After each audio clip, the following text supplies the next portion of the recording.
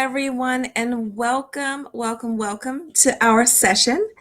Is Doing What You Should Blocking Your Success? I'm Larissa Jones. I'm going to be your host for this session, and I am so excited to introduce Vicki Moore, who is going to be your guide today. And she is going to talk about this incredible topic that's so relevant right now, especially. And just a few housekeeping notes. Feel free to drop in the chat any questions that you have during the session. We will take questions at the end. And if you need anything, I will be monitoring the chat. And I am going to turn it over to Vicki to go ahead and kick us off. Thank you, Larissa, and hello, everyone. I'm really excited to be here today to share a few ideas with you. Just a little bit about me. As Larissa said, my name is Vicki Moore, and I've spent most of my career in learning and development for the automotive industry, first in Los Angeles and now in Europe, based out of Frankfurt, Germany. And last year, I spent a lot of time interviewing people about how they successfully achieve big goals. The session today is about something that I noticed that consistently blocked their success and the strategies that they used to overcome those blockers. So let's jump right into it. Do you ever feel like you're running in circles and putting in lots and lots of energy and effort, but never getting any closer to the finish line? Or do you actually achieve your goal, but by the time you do, you're so exhausted and stressed out that you don't even have the energy to enjoy your success? If either of those scenarios sounds familiar to you, then doing what you should might be blocking your success. We're all trying to find ways to reach our goals faster and easier with less stress and more success. And so we look for cues and guidance along the way to help us choose the right path and figure out which direction we should take. And I call these our shoulds, all the things we should do to be successful. Author and entrepreneur Peter Diamandis actually recently suggested that we will experience more progress in the next 10 years than in the last 100 years combined. When you think about that, that means that we're going to have more opportunity than ever before, but we're also going to face accelerated pace of change, and we've got more uncertainty than ever before. So our natural instinct when we're faced with uncertainty is to try to avoid risk and find ways to more confidently predict our success. The promise of should is a formula for success. If I do X, I will get Y. So it's natural when we're faced with a challenge, a new challenge, and we don't really know what the best path forward is, should seems like a great solution. It gives us directions to get to our goal.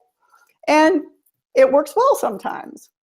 It has some benefits. We follow advice and expertise from all kinds of people in our life from a very young age, first with our parents and then with teachers and our bosses. And then as we get older, from our social networks, from family and friends and social media. And we leverage their expertise, and it saves us a lot of time and energy. We use their experience. We don't have to reinvent the wheel, and we know how to get results. And it works really well for managing predictable and common activities. However, it doesn't work so well when we have complex long-term goals or more personal goals and decisions that we need to make. In situations like these, often our success depends on our own underlying values and motivations, our interests and skills, and also our personal situation. And there are many possible strategies to achieve a result, and so following the prevailing advice might help us to survive, but it won't really help us to thrive. Should happens when external advice becomes our own internal beliefs and directives. It's other people's opinions showing up as the voices in our head telling us the right thing to do in any given situation. So it might sound like, I should study business and choose a stable career, or I should be a vice president by the time I'm 30, or I should be satisfied with my job even though it's not very challenging. And what this does when we accept these statements as our own thoughts is it blocks our creativity for new solutions. It can have us waste our energy pursuing goals that aren't really the right goals for us, or it can have us settle for good enough when we could actually pursue great. So I'd like to ask you to take a moment to think about something that you should do in the next week or month. Do you have something in mind? Then I'd like to ask you a quick question. Thinking about that thing you should do, on a scale of 1 to 10, with 1 being the lowest and 10 being the highest, how enthusiastic are you about doing that thing? Drop your answers in the chat. I'll give you a moment or two to do that. I'm curious to see what you say.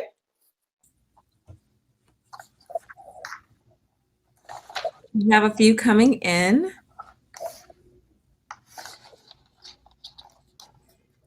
And how motivated are people?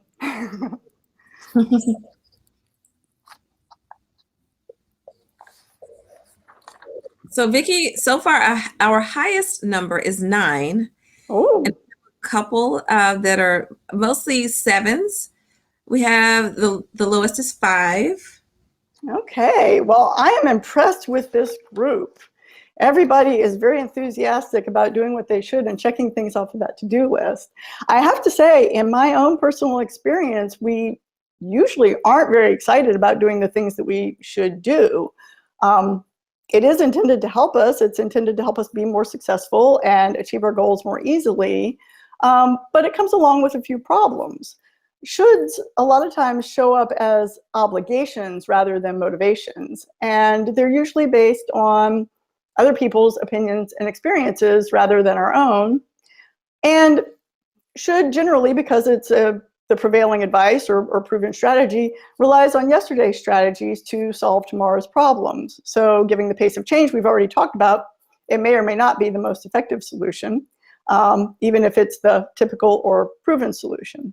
So it's a little bit like a dog trying to follow a cat's strategy to get out of the house. It works really well for the cat, but when the dog tries to follow the same strategy, he gets stuck in the door.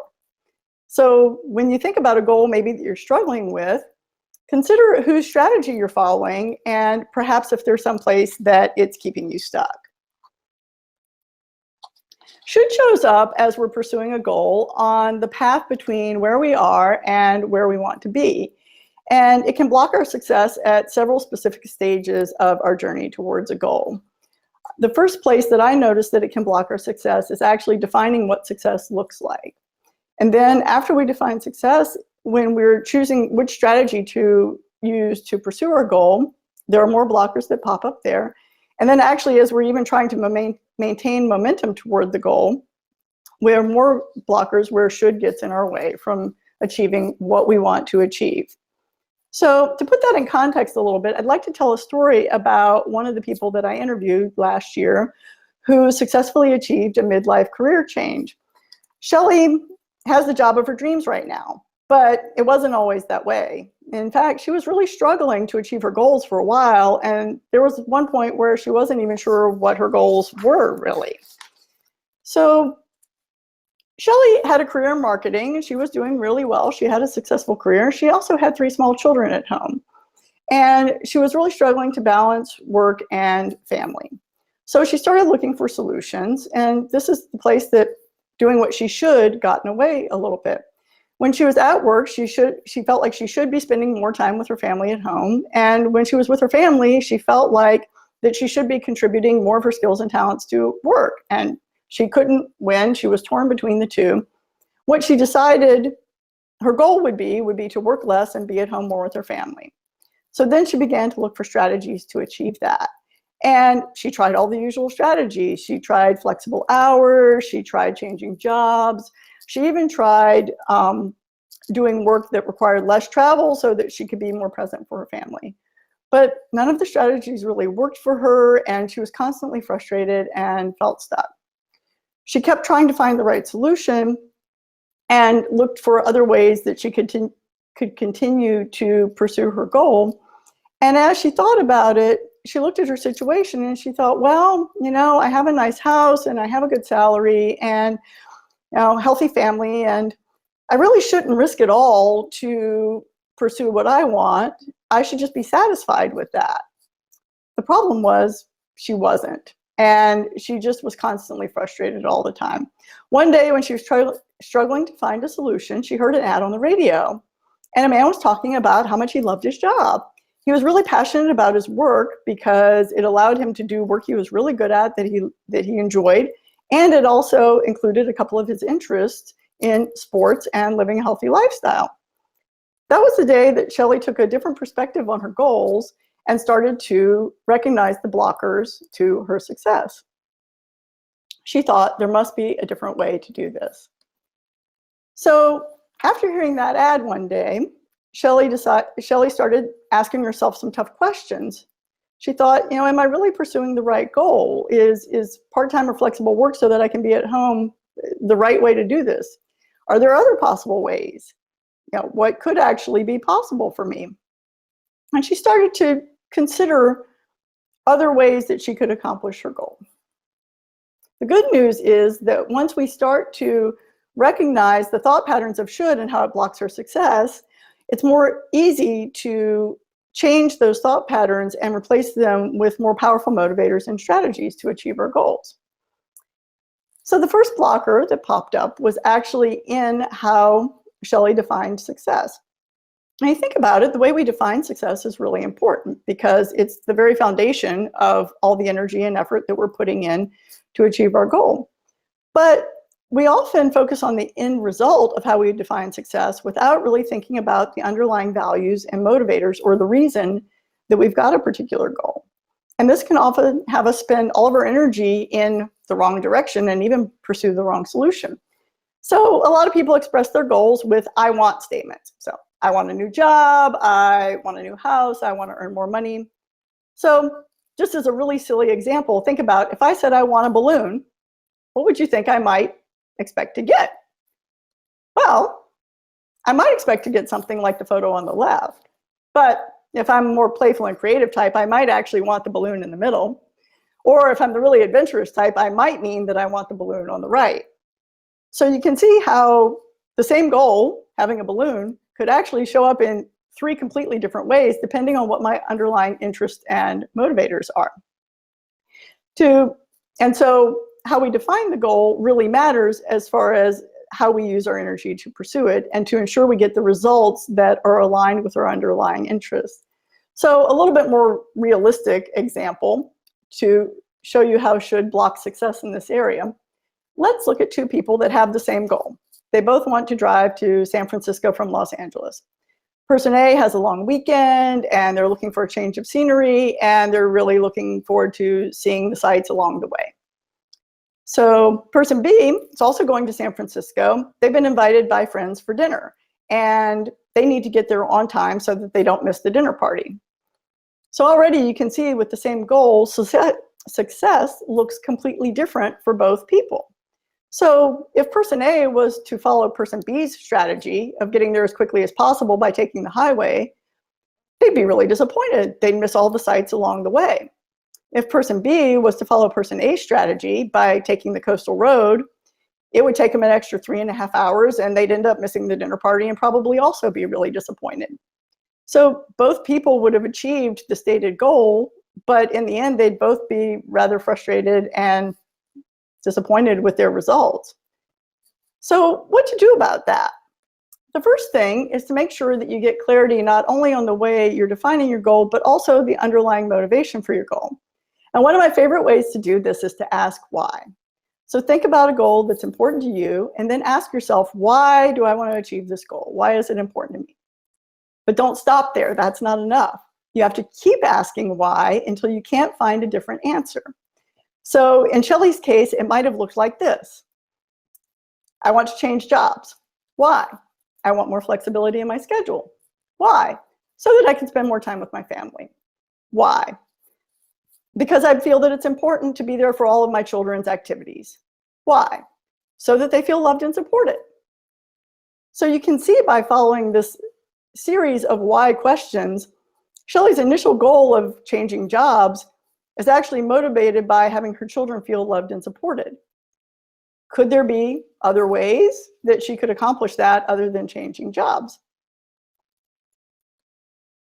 Next, define what success looks like for you. So now that you've got clarity on the underlying motivator, really think about how you've defined your goal, and is it something that you feel like is the way you're accomplishing it something you feel like you should do? In Shelley's case, she felt like she should always be at home for her children. Is it based on someone else's definitions of what success looks like? And does it match what's important for you? And then you can redefine success for yourself by answering the question, what will success look like when I achieve this goal? In Shelley's case, what she realized was success for her didn't mean being available for every single activity. What it meant was being a good role model for her children and supporting them in their own growth and development. So that changed how she was pursuing her goal. So now you've got clarity on the goal and you're ready to get into action. The next step is choosing the right strategy to achieve the goal. And blockers can show up here as well, because anytime we make a change, we have a few different options of how to accomplish it. And if we choose a strategy that's out of alignment with our own values, interest, and talent, we may end up working towards something that isn't the best match for us. It can waste a lot of energy trying to accomplish something that really we're not using our skills and talents to the best of our ability. So when you think about it, when a car is out of alignment, every component of the car has to work harder to keep the car on the road and heading in the right direction. It burns more fuel, it's less efficient, and it also creates more long-term wear and tear on the car. Well, it's really similar when we're pursuing a strategy that's not in alignment with our own values, interests, and talents. We have to work really hard to try to accomplish something. We're less effective at it, and we create a lot of long-term wear and tear and exhaustion, to be quite honest. So what do you do about that? How do you get your strategy in alignment with your goals so that you can use your energy more effectively? The first step is to check your alignment. So you can do that in a lot of different ways, but usually it is simplest just to reflect and ask yourself some questions. Think about, where am I not getting the results that I want? And what underlying value or motivation would success support? And is there a value that would be negatively impacted? So for example, in Shelley's case, staying at home with her children by changing jobs really supported one value, but it negatively impacted the other value of her own growth in her career. Then think about your specific talents and skills and how can you use them towards achieving your goal? And does the strategy you've chosen leverage those skills and talents to the best of your ability?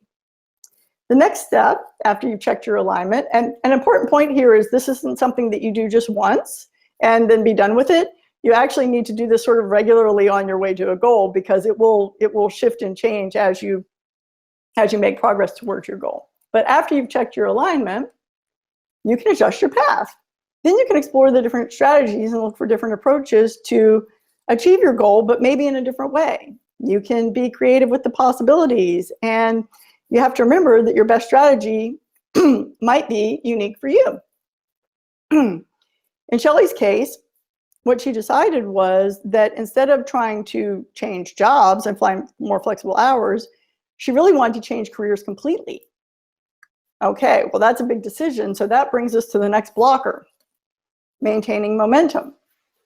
So you've defined the goal, you've picked a strategy, but now, whenever you try to make a big change, there's always risk and uncertainty involved, and the natural reaction to risk and uncertainty is to try to find more stability, try to find ways to more confidently predict our results and reduce our risk. And Shelley was no different. It seemed like a really big risk to change careers in her mid-40s. She would have to go back and get more education. It was a huge investment of time and money. And she felt like she really shouldn't take the risk. And so her shoulds got in the way of her momentum toward her goal. Now, of course, it's important to evaluate risk carefully and make smart decisions. And there are some ways that we can do that. How it ends up blocking our success is that we often miscalculate the risk, and then it gets in the way of moving forward. So businesses, when they evaluate risk, they use formulas like return on investment. And they're fairly scientific about, is the risk or the reward greater? And if the reward is greater, then they make the investment and pursue the risk. However, when we evaluate our own personal return on risk, we're not as scientific about it. We tend to overestimate the risk and underestimate the reward. And that happens for a few reasons, but one of them is that the risk is very present and immediate. It's clearly defined and it's going to happen soon, where the reward is longer term and further away, and we're less able to predict how successful we're going to be. So the immediate, clear definition of risk seems much more prevalent than the longer term, uncertain definition of reward. So how do we overcome that? Well, one way to do it is to take a little bit more precise approach to putting risk in perspective. So I call it evaluating your return on risk. And to do that, you can use a grid like this or some other method, columns on a piece of paper if you like, to compare the potential reward and relevance to the risk, the effort, money, and time that it's going to take to achieve your goal. And what I mean by relevance is here, how important is that thing for you? And so you can see here that one of the ways that Shelley could have gotten more flexibility in her schedule was being her own boss. She could have started a business. But that was really high risk and involved a lot of time and a lot of investment. And quite honestly, it just wasn't very relevant for her. That wasn't how she wanted to use her energy and her skills. She wasn't very interested in it. The low risk way of getting more flexibility in her schedule was working part-time. But the reward wasn't very high for her in that case. It just really wasn't accomplishing her career goals for her. So on the other side of the chart, you can see the things that had more relevance for her, that were more in line with both supporting her family and growing her own career. One was changing jobs, which she had already tried. That was relatively low risk, but it had bigger reward for her. But then ultimately, the one that had the most long-term reward, but also came with a little bit of risk, was changing careers. And we all have our own individual sort of risk-reward border. So where you fall on that line will be different for everyone. But at least seeing things in this way can help you sort of weigh the options against each other and decide how important is the reward versus how much risk are you willing to invest in order to get it. So once you've put risk in perspective, the next step is to focus on achieving it. And if you think about it, if you take a really big risk, so let's say your goal is the top point, the top blue point on the right-hand side of this graph. But where you are now is the bottom blue point on the left-hand side of the graph. If you try to jump from the very left to the very right, that's a really big jump, and it puts us way outside of our comfort zone. And then all kinds of blockers show up. We're not sure we can do it. We're not confident. It's too big of a risk. And we get paralyzed with inaction. It blocks our momentum. So the way to overcome that is to focus on smaller incremental goals that only put us slightly outside of our comfort zone and that we can also achieve more quickly. And this does a couple of things. It really works to help us build momentum towards our goal because we get positive reinforcement more quickly, we get successes more quickly, and as we achieve each different step toward our goal, we build our own confidence and we also build more capability. So we actually do what I call leveling up our comfort zone. So by the time we get to that last step towards our goal, we're much more comfortable in our own capability and confident that we can achieve it because we've done it 3 times, along the way now. A previous colleague of mine says, choose short-term discomfort over long-term dissatisfaction. And I love that. I use that to remind myself every time when I feel like it's too big of a risk and maybe I don't want to, and what do I do instead? I just use that phrase to remind me to weigh those 2 things against each other and think about what can I focus on as far as incremental success. So I started by proposing that doing what we should blocks our success. So not always, but sometimes. So if you're struggling with a particular goal and you feel stuck, then ask yourself, have you defined the goal correctly? Get clarity on your goal and create your own definition of success. Then check if you're choosing the right strategy to achieve your goal. Check your alignment and adjust your path. And finally, maintain momentum by focusing on incremental success and putting risk in perspective. So I thank you for your time. I hope this was helpful. I hope it was interesting for you. If you'd like to learn more about strategies to help move beyond the blockers created by should, you can find me and additional strategies at lifebeyondshould.com. We covered 3 of them here. There are 4 more, all with stories and specific strategies and tools behind them. And, the thing is, we all have the power to achieve really awesome goals, and we just shouldn't let things like the blockers that should create get in the way of our success. And with that, I'd really like to thank you, and I look forward to any comments or questions, or I would love it if you reach out and connect with me at either the website or also on LinkedIn. I love to exchange ideas with people. Thank you very much. Thank you so much, Vicki. So I don't see any questions, but we had some great comments come through during the session. A lot of people thought, definitely only grow. We do definitely only grow outside of our comfort zone. The analysis is really fascinating. And I think, just taking a step back to think about those steps, and especially on the, plotting where you are at a point and figuring out, what you should be doing, right? So this has been so fantastic. I'm checking to see if there are any questions. So someone did ask, someone did ask if the presentation is going to be available afterwards. Let me confirm that, and we will let you know. So person who sent that. Okay, yeah, and I'm also happy if people connect with me, I'm also happy to share the deck with the notes as well. Fantastic. But the story, I think it's so relevant, such a relevant topic for right now. And it was a great example, so many great examples. I love the balloon. I thought that was fantastic. So thank everyone for attending the session today. And again, please reach out to Vicki on LinkedIn. We have a small break, so feel free to go to the lounge and connect with each other at tables.